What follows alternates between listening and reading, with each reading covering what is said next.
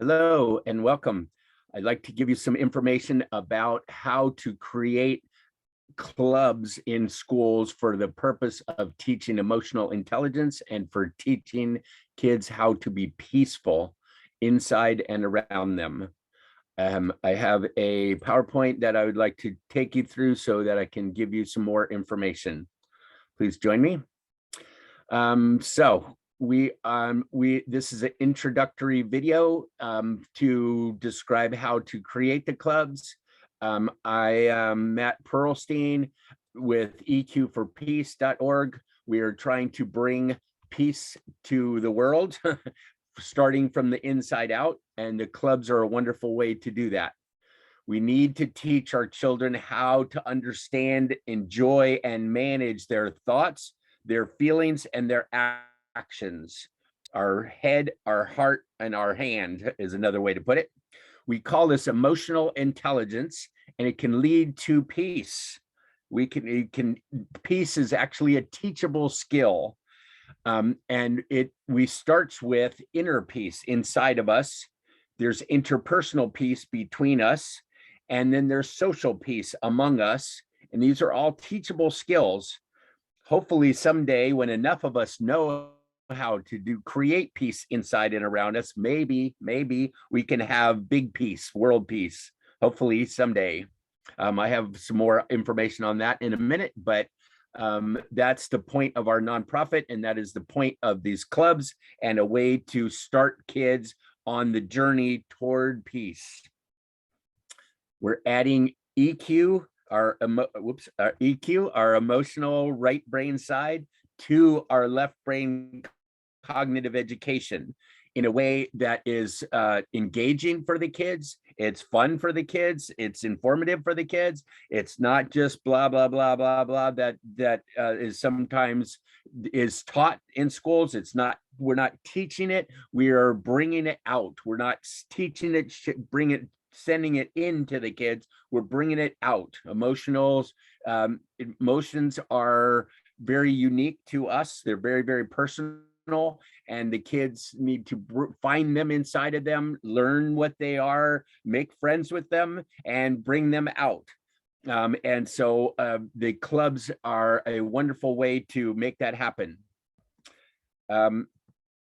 We need to provide emotional education along with our cognitive education. We are very good logically. We are a left brain society, as is in the United States and in Africa and in Asia and all around, are more based on our logical side, our cognitive left brain side, because that's how we get a job, and that's how the purpose of education for the most part.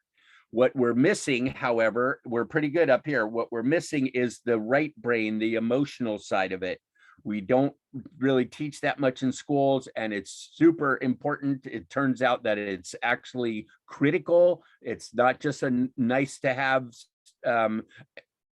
education anymore. It's critical, life-saving coping skills. And so we need to bring our right brain intelligence up to match our left brain in a balanced way. It's not one's more important than the other. We need to balance them. And right now they're not very balanced. People don't know how to deal with their emotions, and that's a very bad thing. That's a very bad thing. And the clubs can help with that. So we're trying to bring emotional intelligence education to everywhere.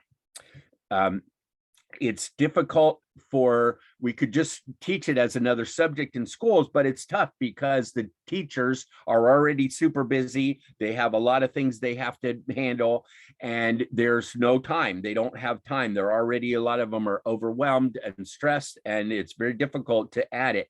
But what we found is that the clubs are an alternative to that, and they because they can be before, during, or after school, then we can fit them in, and the schools can adjust things a little bit, and it adds to the teacher's curriculum. So with some of the many benefits, I could have kept going, but this is enough. This slide is very busy. We're adding EQ to our IQ because it rounds out our education. It's off hours, as I mentioned, before, during, or after school. Teachers don't have to take valuable class time. It's voluntary. Now that seems like not a big deal, but it's a very big deal because kids are there by choice. And so they show up differently, they learn differently, they are more authentic and more aware of themselves. And it makes it so the kids are engaged in their learning. Next one, fun and engaging. They're engaged in their learning and they're learning about themselves. And we can teach students how to create peace inside and around us. We could start habits like sharing our emotions and accepting other people that can last their entire lifetime. We're getting started with those. The clubs are very, very helpful in that way. We can make emotions acceptable. That's one of the main things in our societies, is that they're not really acceptable, and that is hurting our mental health and hurting kids. And we are separated with COVIDs and lockdowns and stuff. People are separated, and that is not a good thing for people. Humans don't like to be separated. We're a social beings, and we don't like being separated, and it's causing a lot of problems. The aloneness and loneliness, and no one understands, and there's nobody to talk to. That kind of stuff is very, very tough on people, to the extreme, actually, because a lot of social problems are happening now that are huge, and this can be an alternative for that. So we make emotions acceptable. We make them intentional, meaning you do it on purpose and you talk about it and you learn about it on purpose. We make them logical. We go like, oh, okay, if I thought this, then I'm going to feel this. Okay, well, that makes sense. And then I'm probably going to do this, right? That all makes sense. We make it logical, as opposed to, oh no, we're having an emotion. Oh no, I don't know what to do with it. And it doesn't make any sense to me, and I don't understand me. I don't understand other people. And that sort of thing leads to disastrous consequences sometimes. So we make them understandable, logical, manageable. Manageable is the most important thing. We learn how to manage our inner world. A lot of problems happening with people self-medicating, meaning they're trying not to feel all this stuff. And so they do things, take in other things like drugs and alcohol and eating and gambling and all the other addictions that are happening, that are for the purpose of us to not feel. The main purpose of them is to not feel our negative feelings. But if we can teach people how to deal with our negative feelings, then we can do some great things, and people don't have to go and self-medicate like that. So it's the huge alternative to drugs and alcohol. So that's a big, very, very important part of this. We consciously connect with other kids, consciously, on purpose. I am connecting. I'm not just, oh, I think I'll hang around you, or I'll stand next to you kind of thing, or I'll try to please you, or that kind of thing. We're consciously connecting, and we talk about connecting, and we make it into a real thing, a very real subject, and a skill. It's a very important skill, and the clubs can help with that as well. We can build empathy and compassion for others. One of the side benefits we're finding is that wonderfully is that a lot of times in a lot of cultures, the males are up here and the females are down here. But once the kids get in a group with each other, with males and females, they can learn to understand each other and have some compassion and respect for each other and empathy, and they become more equal. And that is a wonderful side note to this whole thing, is that the kids learn that kids are kids, and we are connected, and we're pretty much the same, and I'm not alone, and we can respect and have empathy and compassion for each other. My thoughts and feelings are important to me. Well, guess what? They're important to everybody else as well, to them too. And if we can stop and listen to people and have some respect for them, then it makes for wonderful relationships. They can have great relationships going forward. Very big deal. So we can encourage helping others in the clubs. We have the kids do some things. What do you think's needed? What could we do? What could we do to help? and kids actually starting to think about how they can make effect on themselves and others in their community, in your school, in your class, and anywhere on the playground, wherever. How can you help? How can you help? And that mindset toward helping other people is huge, because it helps them, and it helped them, me personally. Give to live, we call it. Giving is a very wonderful thing, and they can and they're making a difference. They can make a difference in other people's lives, and that's what we want. So we can also reflect on our thoughts and our feelings and our actions to get better results, right? If I'm alone and things aren't going well, there's stuff I can do to change that. If I'm stuck or I'm having trouble in school, socially, or academically, there's things I can do to help that. It gives the kids the ability to understand that they are engaged, they have the power to change their lives, to make their lives look and feel as great as they want to. So, and also the clubs are very, very, very inexpensive to run. They take little or no resources. Sometimes just writing, just a little notebook or something that the kids journal or talk or write about. They color. We do fun activities. We do even like their name tag. We have the kids do their own name tag and make it original and creative. We create a club name, a team name that the kids come up with, so that they feel a belonging and a part of. All kinds of side benefits. There's so many benefits of these clubs. It's amazing. And so I hope that it helps give some of those. So some of the goals for the clubs are to provide an emotionally safe environment. Emotionally safe, that is a huge part of this whole thing, to learn our EQ skills and create inner and outer peace. And my goal, our goal of our nonprofit, is to lead toward world peace. The kids might not be worried about that just yet, but inner peace and social peace are a very big deal. We can add, as I mentioned, critical emotional education to our cognitive education. We can become more balanced, and we can develop empathy and compassion and mutual respect for ourselves and others, right? We can, we being EQ for Peace and NurtureLife, who's sponsoring this, we can help provide ability for club leaders. Sometimes the teachers or the principal wants to lead the club, sometimes not.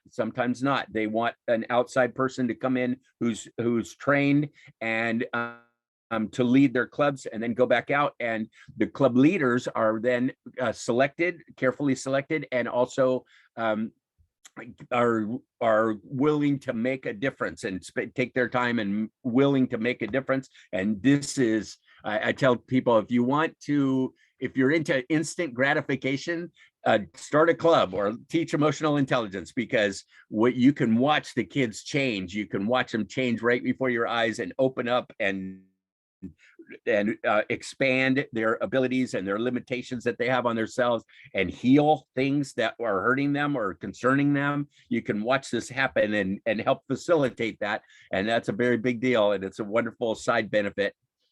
So the club leaders, we can help, and we can train. We will train the club leaders. We have a number of trainings available, and we can help train you if you want to be a club leader, or if someone is coming in to be a club leader. We can help train them. We have lots of instruction for starting and running a club. Okay. We have guidelines, we have activities, we have games. We try to make this fun. Like I said, we try to make it fun. So basically, a lot of the club meetings look like this. Here's what we're going to do and why we're going to do it emotionally. Here's the point of what we're going to do. And in this activity, we're going to have an activity, and here's what. So it's an introductory thing. Then we have the activity. That's the fun part. Let's go play. And it doesn't really matter what we do. If you play tic-tac-toe, or you go out and play a game, or you're sharing with the other students, whatever it is, whatever the game or activity is for that day, you just do it. Then here comes the great part of this whole thing. At the end, we stop and come back and say, okay, what did we learn? what does that have to do with your emotions and emotional intelligence? What did we just experience? Did you feel like you fit in? Did you notice that other kids maybe didn't feel like you fit in? How can you help in there? That kind of thing. So that reflection and review of what happened in the fun activity, we can bring that into their mind and go, oh, I see why we did that. I see how that relates to emotions. I see how I can fit in and I can make a difference, that sort of thing. So we make it really interesting and fun and a cool learning experience. And it's very, very effective. We, again, emotionally safe. We have a number of documents on how to make it safe and training on how to make it safe for kids emotionally. We have a number of forms already set up, like when we have if you have a new leader, we have an application form. We have a form for the school says, okay, yeah, I'm willing to have a club. Great, good school. So what do you have? Where would we have it? What times can we have a room? Can we have a room? Do you have internet? Do you have resources? Do we have some paper and pencils? Do we have crayons? What do you have? And so we're matching up. Okay, we've got a new club and this is new to the school. So is this okay with you, school principal? And so here's what we need. And it's kind of an agreement, mutual agreement between us. Parent permission forms, sometimes for the older kids, doesn't matter, little kids especially, is this okay with you, parent? And the side note of that is that sometimes some of the club activities are about take this home and ask your parent this, or take this home and talk to your siblings about this. And what that does is what we call bottom up strategy for bringing emotional intelligence to people. A lot of people don't know about emotions and they need to, and they don't know that they don't know. And so what we do is have, if we have whoever we have, if we have the kids there, then we can have the kids kind of spread the word on home and bring it up to their parents and their family, etc., and their classmates. So anyway, the parents need permission to give permission sometimes. We also have a playground observation form. All these forms were created by Dr. Bill Overton, who's on our team. He is a specialist in social emotional learning, which is what emotional intelligence is called in a lot of education, especially in the United States. He was a teacher for 30-something years. He was then a principal for years, and in this school that specializes in social emotional learning, and he's an expert in how this works. And so he's created these forms, and he also created this playground observation form, which I think is fascinating, because what we're doing is trying to figure out, what do the kids need? Is there a lot of fighting going on at school? Do you see the kids separate and go in separate directions and be alone all during playground? Are there disagreements, that sort of thing? Are there cliques, and then some people are left out, that sort of thing? So if you can observe the playground, then you can specialize the club needs based on what the kids are already doing. So this is a document. Most of these forms and documents and picture or graphics, there's a PowerPoint, there's a YouTube, there's this down at the bottom of this page is a link to this document, which is a Google spreadsheet, and it has all the other Google documents on it. They're all free, they're all available to you if you want, and they all are useful in starting and running a club. So let's talk about a little background, if we could, of how emotions work and how this all works. We're trying to create peace. The objective of all this is creating peace, okay, inside and outside. We call it positive mental health. We also are trying to help kids deal with their emotions inside, understand them and manage them. And in like positive psychology, positive mental health says we can do, mental health is usually kind of a negative thing where you're, issues and problems and pain, and that's true, and that's very valid, and it's stuff that we do need to deal with, but mental health is usually to get you back up to normal. Well, we're saying that we can do even better. We can go to positive, We can not only learn how to deal with our fear, our anger, our sadness, our guilt, our shame, our depression, the big guys, and we do need to deal with them. We very much need to deal with them, but we don't have to, we don't have to just come back to normal. We could actually do better better. But the more we know ourselves, the better our best can be. We can go toward peace and love and joy and happiness. We don't have to just stop at normal and back at zero. So that's about positive mental health. And that's another one of the goals of the clubs. Dalai Lama says that world peace is possible. World peace is possible. A lot of people think that it's not. I think it is. He thinks it is. And the point of our nonprofit, EQ4Peace, is that we believe that it is possible. And so we're trying to create that from the inside out. He said, through inner peace, genuine world peace can be achieved. Yay, it can be achieved. Peace must first be created within ourselves, then gradually expanded to include our families, our communities, and ultimately the whole planet. So it is possible, and this is how you do it. You teach kids how to be emotionally intelligent, which can lead to inner peace, which can be expanded through the clubs and through schools and through families. And then someday maybe we can have big peace. Inner peace begins the moment you choose not to allow another person or event to control your emotions, right? Things happen outside of us. They affect our emotions. They affect our thoughts, but they don't control them. Nobody makes you angry. Nobody hurts your feelings. You do that. You do that. And if we can teach kids that they have the power to control what's going on inside of them through their thoughts and their feelings and their actions, then they can do amazing things and be wonderfully peaceful as well as powerful and get better results in their lives. Bottom line, EQ is the study of you and me and we, and that the emotions matter so much. Emotions matter way more than we ever thought they ever did. There's study after study after study showing how incredibly effective adding right brain emotional intelligence to our left brain cognitive side, how wonderful that can be. So bottom line, emotions matter way more than we thought they did.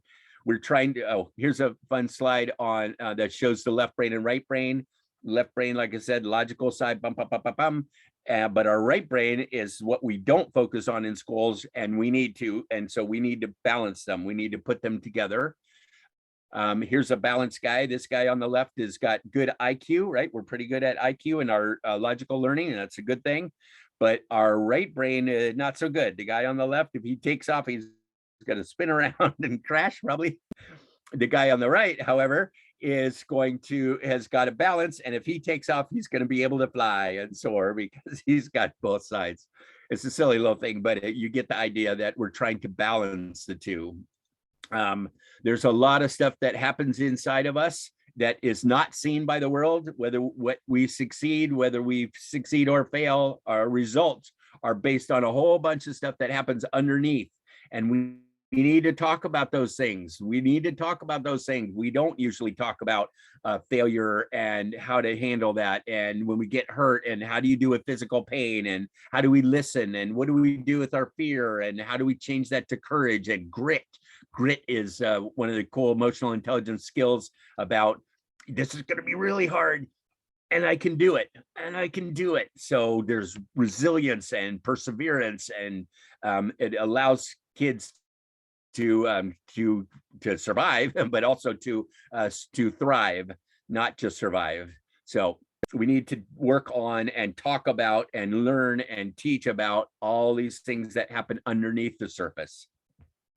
Basically, what we're talking about is our thoughts and feelings, left brain and right brain, being aware of and understanding both that we have thoughts and feelings. They're very, very different, but they both are, and they affect each other, and they're both super relevant and super critical to our happiness and our decisions. Then we become aware of and accept our thoughts and our feelings. We then make decisions on both sides. Does it make sense? and does it feel good or feel right? Thoughts and feelings. Does it make sense and does it feel right? So we got to take both into account to make good decisions. We then decide how to act or not to act. Another important part of emotional intelligence is that sometimes it's better to not act. No action is an action, a very real action. And so, especially with strong emotions, sometimes, keeping your mouth shut is a really good idea. And it takes some skill to do that. It's not as easy as it sounds. A lot of this stuff is very, very simple, but it ain't easy. So we have to teach that as well, and teach that even though it is difficult, we can do it. You can do it. You can, no matter what you're thinking or feeling, you can act a certain way or not act a certain way, right? You don't, if someone is mad at you or somebody hits you, you don't have to hit them back. You do not have to hit them back. You can. That's one of the choices. I'm not suggesting it, but you can. But there are other choices, and having our ability to understand our thoughts and our feelings and how those affect our decisions allows us to not react, but respond. React is habitual, quick, impulse kind of thing where there's no real thought put into it. We just react to it, versus respond. Respond means we take into account both our thoughts and feelings, and then we decide and act based on those and what makes sense and what's going to get us better results in the long run. We can think better thoughts. We can believe better beliefs. We can feel better feelings. We can make better decisions. We can take better actions. We can get better results, and we can live a better life, all through emotional intelligence. Here's some of the skills that we learn, or some of the concepts that we learn. Emotional awareness, right? Like I said, awareness first. We've got to be aware first that we have feelings and that what they are, that we're having feelings. And then the second is identification, which is, what are they? What do you call this thing? What is this thing I'm feeling right now? What is that called? We don't even have the language for it, because we don't talk about them. We don't talk about this stuff in school or at home or at work. And so how are we supposed to know this stuff? We got to learn it ourselves, make it up, live in the school of hard knocks, etc. So identification is important. Awareness first, then identification. Literacy is being able to talk about it, describe it. What is it called? What is it? What is this thing I'm feeling? Agility, emotional agility. I like that one. That's whoa. I can move. If something's coming at me this way, I can move over here. I can move over there. I can do things. I can, I'm flexible. Regulation, I can regulate my emotions. I can control them. Sometimes I do need to control them. Sometimes I need to not hit the guy back, or I need to not lash out, or I need to not go into deep depression. I can control things. I can adjust things inside of me and some outside of me, but mostly inside of me. Congruency is about showing up as that this is how you feel. What you see is what you get, kind of WYSIWYG.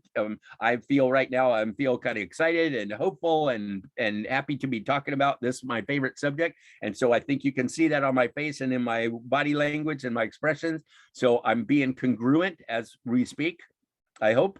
But a lot of times people put on a mask. They're like, everything's fine when it's not fine, or everything's not fine when it's not that bad. The drama, that kind of thing. So congruent is showing on the outside what we're feeling on the inside, and that helps for relationships. It helps us feel more real and more honest and more authentic, that kind of thing. So congruency is a most important thing.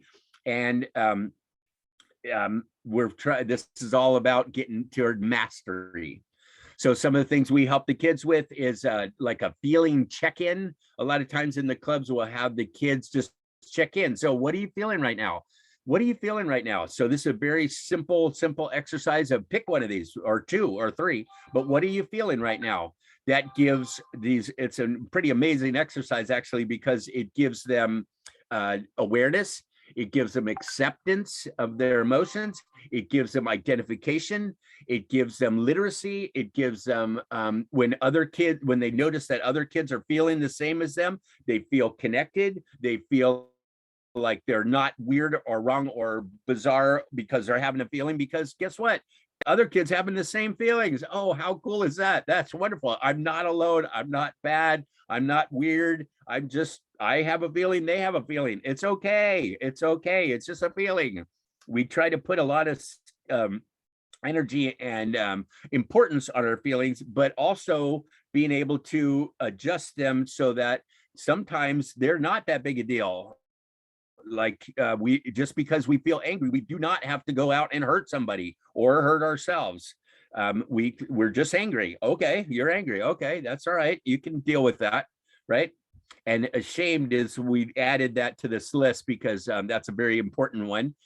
Shame tends to put people away from people. They feel like they're bad or wrong or less than, and that's one of the most painful feelings. And so we added it to this list here over on the side. But you get the idea. If we can identify and accept our feelings, then we can do something with them, and we don't, but not too much, but not too much, so we can regulate them as well. So this is again about positive mental health. I mentioned this earlier. If we can deal with our pain, our sadness, our fear, our anger, those kind of things, we can A, bring them back up, and B, we can keep going. We can keep going. We can go toward love and joy and peace.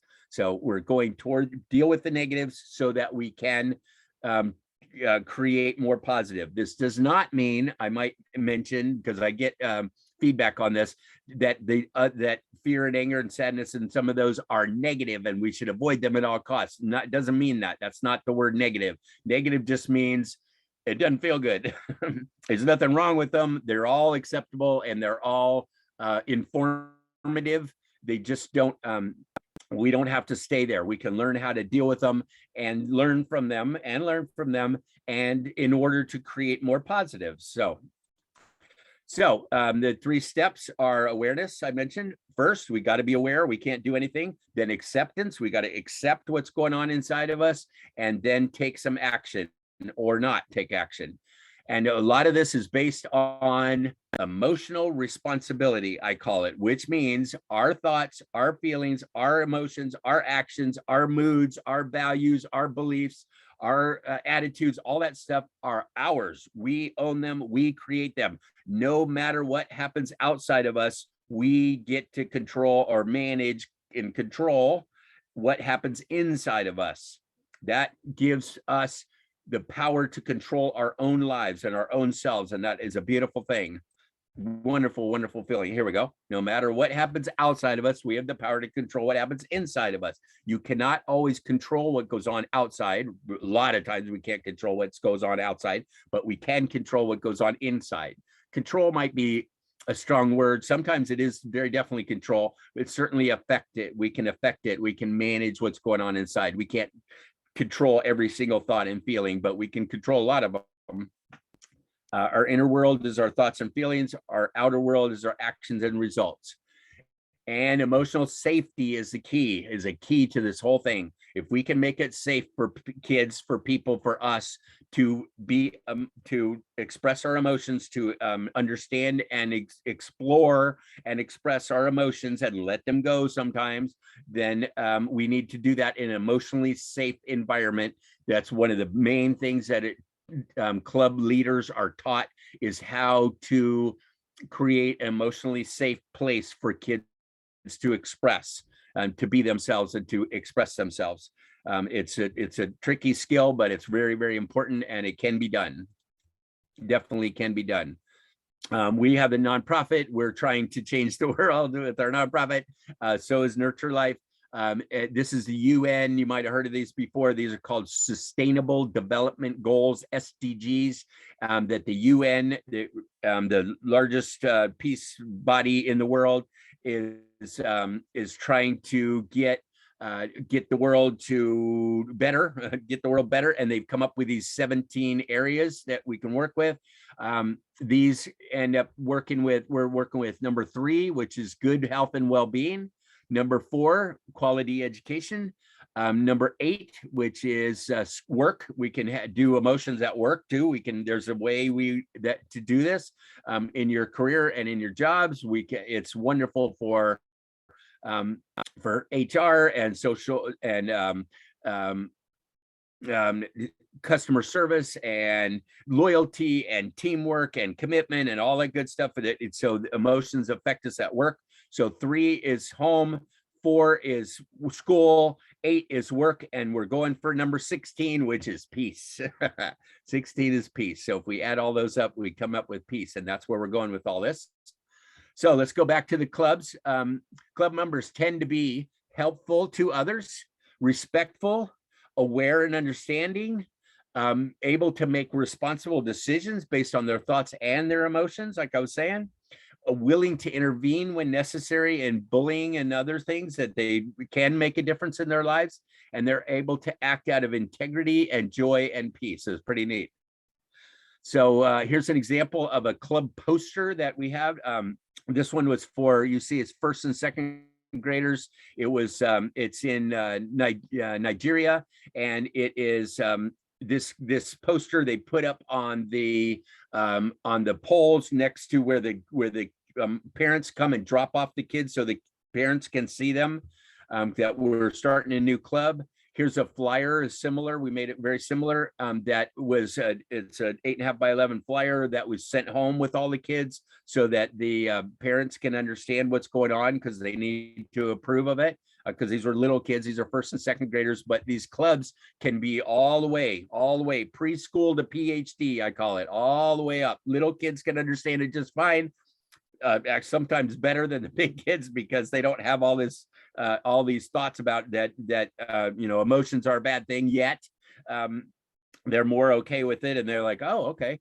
They're very simple. Emotional intelligence is very simple. It's not easy sometimes at all, but it's really simple. So some of the concepts like, hey, if you're really sad, if you let yourself cry just for a minute, you will feel so much better. And little kids go, oh, okay. It's the big kids that fight it. But if you let yourself cry just for a minute, you will feel so much better, and it'll be okay. That kind of thing. We call that feel it to heal it. So this is a flyer that we sent home with the parents to say, hey, we are teaching emotional intelligence. It go along with their cognitive intelligence, a very big deal. So the clubs: learn, play, help others. Those are the points of the clubs. We'd like you to start a club in your school. We'll help you get started. We'll help train the leaders if you like. We talk to the principal, talk to your teacher or a teacher of your kid's teacher, or go to a school that you're not even related to and bring this up, because it's a big deal. It could change kids' lives permanently. It can affect things in amazing ways. It's very, very inexpensive. It's off hours, as I mentioned. It's a kind of magical thing that is taken off about creating a club in your school or in a school. The clubs can be led by you as a trained leader, or by the teacher or counselor or principal. We can do some help with training there, and we can support your efforts. So if you want to contact us, here's some contact information. Dr. Bill Overton, I mentioned, he designed and manages the clubs. He's in the United States. This is me, Matt. I'm CEO of EQ4Peace, and I'm happy to help you out or answer any questions. We're both available. We're all available on email or WhatsApp. And then Farah runs NurtureLife, and she's even more experienced than we are. They've been doing clubs for years, mental health focus to them, and she's an expert in how these work. And so she's very willing to talk to you as well. So that concludes my PowerPoint. And so I just wanted to put one more bit in for, if you're interested in starting or running a club, that would be great. If you need some more information, let us know. Go to EQ4Peace.org or NurtureLife. It's NurtureLife.org.in. or in.org, sorry. And so to get a hold of us. So let me know if there's anything I can do. Consider starting a club in your school or in a school, or anywhere else. It doesn't have to be a school necessarily. The club concept is just a group of people that want to learn more about emotional intelligence, and learn to go toward peace. So peace to you. Best wishes. Remember that emotions matter a lot more than we ever imagined. And let us know if we can help. Okay. Thank you very much. Bye-bye.